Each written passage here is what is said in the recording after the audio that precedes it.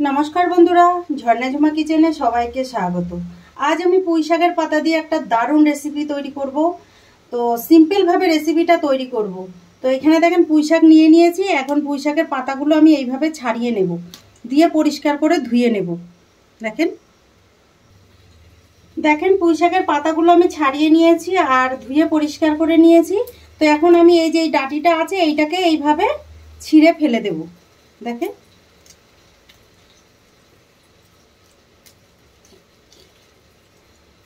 देखें এইভাবে কেটে নিচ্ছি ডাটিগুলো আমি। দেখেন ভালোভাবে আমি পুঁই শাকের যে ডাটাগুলো ছিল এইগুলো ছিঁড়ে নিয়েছি। এখানে একটা বাটি নিয়ে নিলাম আমি। বাটির মধ্যে নিয়ে নিলাম আমি বেসন, 3 চামচ বেসন নিয়েছি আমি। আর নিয়ে নিলাম দেখেন চালের গুঁড়ো, 2 চামচ চালের গুঁড়ো নিয়ে নিলাম। দিয়ে দিলাম হলুদ গুঁড়ো। পকোড়াটা খুব ক্রিস্পি হবে। আর দিয়ে দিলাম লঙ্কা গুঁড়ো। টেস্ট হিসাবে নুন দিয়ে দিলাম। দিয়ে দিলাম দেখেন সামান্য হিং। হিংটা যদি আপনাদের কাছে না থাকে তাহলে না দিলেও চলবে। দিয়ে দিলাম কিছুটা দেখেন কালো জিরে। এখন সব মশলাগুলো একসাথে ভালো করে মিশিয়ে নেব আর জল দিয়ে হালকা একটা ব্যাটার বানিয়ে নিচ্ছি।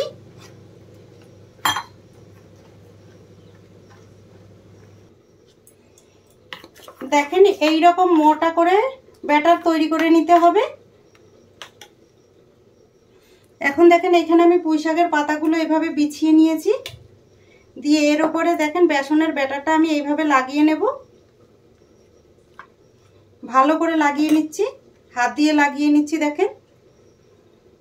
তারপরে এইভাবে দেখেন ফোল্ড করে দেব, এইভাবে ফোল্ড করে দেব। আরো একটাতে দেখেন লাগিয়ে নিচ্ছি এইভাবে। এইভাবে একটার পর একটা এইভাবে ফোল্ড করে নেব। দেখেন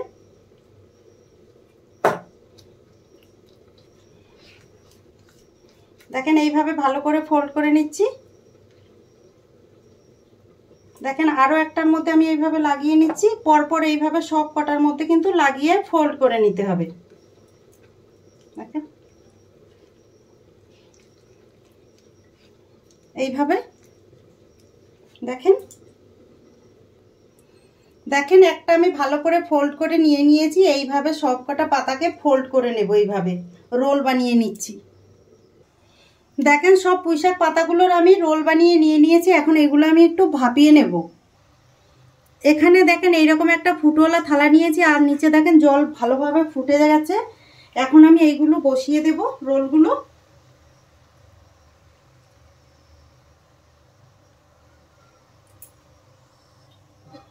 দেখেন সব রোলগুলো আমি ভাপতে বসিয়ে দিয়েছি আর উপর থেকে ঢাকনা দিয়ে ঢেকে দিলাম।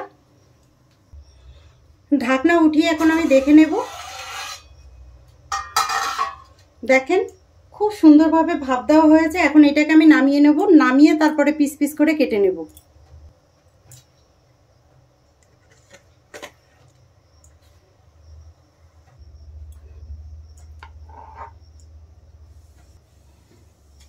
এখন আমি এটাকে পিস পিস করে কেটে নেব।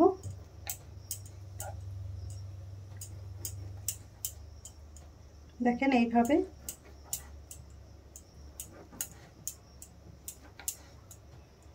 দেখেন এইভাবে পিস পিস করে কেটে নিচ্ছি।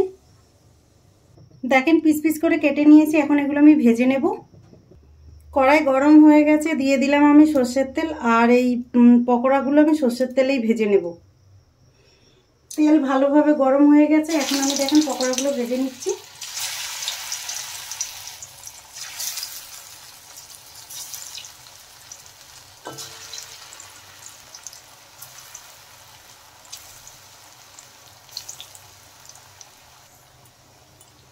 পাল্টে দেব,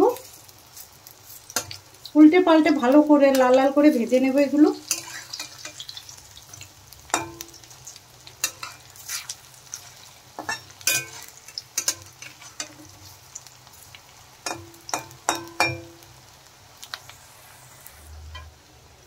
দেখেন খুব ভালো করে ভাজা হয়ে গেছে পকোড়াগুলো। এখন আমি তুলে নেব।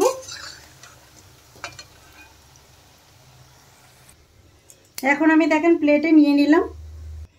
তৈরি হয়ে গেছে পুঁই শাকের পাতার রেসিপি। এই রেসিপিটা যদি আপনাদের ভালো লাগে তাহলে আমার চ্যানেলটাকে সাবস্ক্রাইব করবেন, লাইক করবেন, কমেন্ট করবেন আর অবশ্যই শেয়ার করবেন।